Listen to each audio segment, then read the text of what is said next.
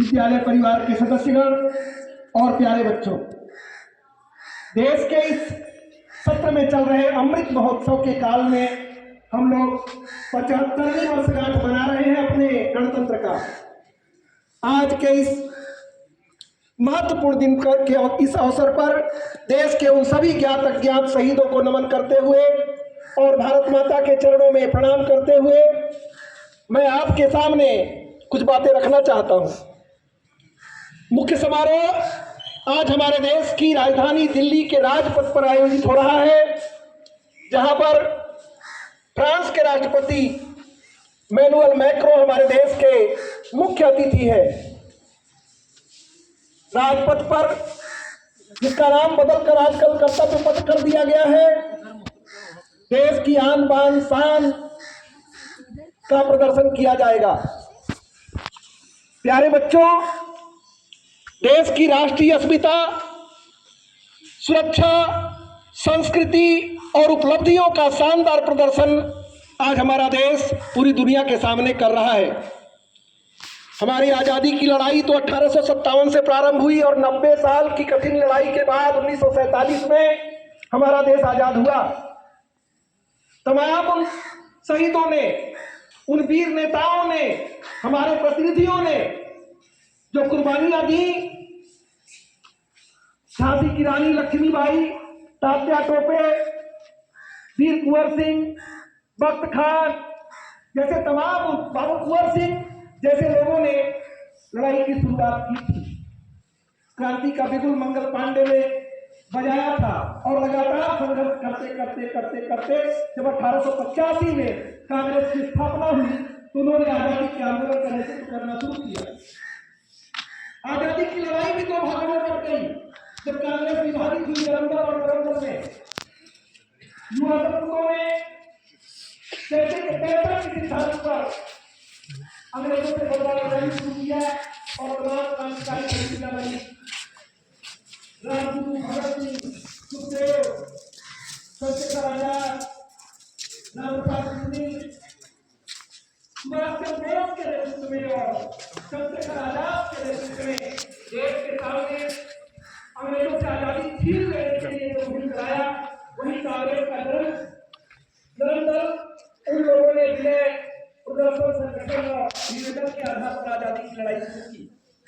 गांधी जी द्वारा आजादी की लड़ाई का नेतृत्व दक्षिण अफ्रीका से आने के बाद 1915 में शुरू किया और पहला आंदोलन 1920 में असहयोग आंदोलन, 1930 में सविनय अवज्ञा आंदोलन, 1942 में भारत छोड़ो आंदोलन और 1943 में सुभाष चंद्र बोस ने जब आजाद हिंद फौज की स्थापना की और भारत से को अंग्रेजों की गुलामी से मुक्त कराने के लिए उन्होंने मणिपुर और अंडमान निकोबार पर आक्रमण करके उसको आजाद करा लिया और भारत का पहले आजादी का झंडा अंडमान निकोबार के पोर्ट ब्लेयर में फहराया गया। आजादी मिली 15 अगस्त 1947 को। तमाम त्याग और बलिदानों के बाद जब हम आजाद हुए तो हमारे देश को चलाने के लिए कोई नियम कानून नहीं था। देश के नेताओं ने निश्चित किया कि पहले हम अपने देश का संविधान बनाएंगे और उस संविधान के आधार पर देश का संचालन करेंगे।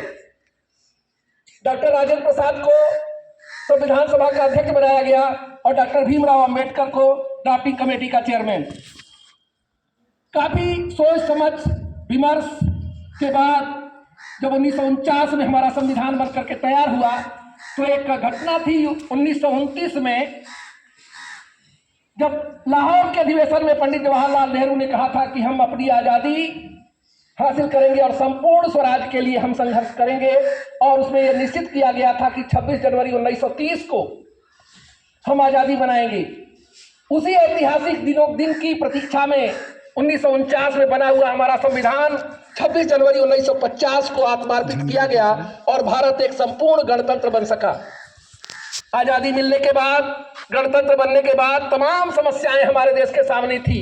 करोड़ों लोग जो विस्थापित होकर के पूर्वी पाकिस्तान और पश्चिमी पाकिस्तान से देश के विभाजन के बाद आए थे, उनको आश्रय देना, अनाज की कमी थी, भुखमरी थी, उसका सामना करना और विकास के रास्ते पर भी चलना।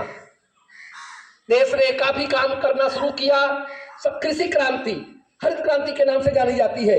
उसकी शुरुआत जब भारत में हुई 1966 में, उसके बाद कृषि के क्षेत्र में भारत आत्मनिर्भर हुआ, शिक्षा के क्षेत्र में बड़े बड़े उद्योग, कल कारखाने देश में स्थापित किए गए। बेरोजगारी की समस्या थी, धीरे धीरे उसका भी समाधान करने की कोशिश की गई और भारत धीरे धीरे सक्षम होता चला गया। आज आप देखेंगे विश्व पटल पर भारत की उपलब्धियां गौरवान्वित करने वाली हैं। भारत आज जो दूसरे देशों से आटा और चावल मांगने के लिए मजबूर हुआ करता था, आज 28 देशों को राशन की सप्लाई कर रहा है। हम दुनिया की चौथी सबसे बड़ी अर्थव्यवस्था बन चुके हैं, 5वीं घोषित है, लेकिन हम लोग $4 ट्रिलियन की अर्थव्यवस्था इसी महीने बन चुके हैं, जो जापान से ज्यादा है। आने वाले दिनों में हम दुनिया की तीसरी अर्थव्यवस्था होंगी। मिशन आदित्य सूर्य की तरफ हमारा यान जा रहा है, हम चंद्रमा पर उतर चुके हैं। हम तमाम ऐसी उपलब्धियां हैं, चाहे खेल के क्षेत्र में हो, शिक्षा के क्षेत्र में हो, विज्ञान के क्षेत्र में हो, खेल कूद के क्षेत्र में, तमाम हमारे देश के खिलाड़ी अंतर्राष्ट्रीय स्तर पर अपनी प्रतिभा का लोहा मनवा रहे हैं। तमाम मेडल भारत के खाते में आ रहे हैं। उपलब्धियां चकित करने वाली हैं, लेकिन वो उपलब्धियां भी हमारे देश के अभी घरों तक नहीं पहुंची है। इस आजादी के इस महोत्सव पर, गणतंत्र के इस आयोजन पर, जो 75वां है हमारे अमृतकाल का, हम आज एक शपथ लें कि हम अपने देश में से गरीबी और बेरोजगारी को, जनसंख्या वृद्धि को, जो अनुपात के बगैर बढ़ती चली जा रही है, उसको कैसे रोकेंगे, और इसकी शुरुआत हम अपने घरों से करेंगे। हम आज शपथ लें कि हम शिक्षित होकर के एक योग्य नागरिक बनेंगे और सही सरकार का चुनाव करेंगे जो देश को प्रगति के रास्ते पर आगे ले जाए। तभी हम दुनिया में विश्व गुरु बनने का सपना प्राप्त कर सकते हैं, जिसकी तरफ हम तेजी से आगे बढ़ रहे हैं। कुछ लोग तो आगे बढ़ रहे हैं, लेकिन बहुत सारे लोग पीछे छूटे हुए हैं। ये हमारे देश के इतिहास की सच्चाई है। उन लोगों को भी, जो अभी भी पीछे छूटे हैं, उनको भी किसी भी तरह विकास की धारा में वापस ला करके हमको देश को आगे बढ़ाने में उनका भी सहयोग लेना है, और इस तरह से हम देश को आगे और बढ़ा सकेंगे। ऐसा भी हो सकता है एक दिन कि हम दुनिया की सबसे बड़ी ताकत भी बन जाए। हमारे देश में कोई भूखा न रहे, कोई अशिक्षित न रहे, कोई ऐसा न हो जिसके पास घर ही न हो, सबको इलाज की व्यवस्था हो, सबको शिक्षा की व्यवस्था हो। और हम इस शपथ के साथ आज के इस 75वें गणतंत्र के अवसर पर एक बार फिर से उन सभी ज्ञात अज्ञात शहीदों को नमन करते हुए, प्रण लेते हुए कि हम देश के विकास में कदम से कदम मिलाकर, कंधे से कंधा मिलाकर के आगे बढ़ेंगे, मैं अपनी वाणी को विराम देता हूं। जय हिंद, जय भारत।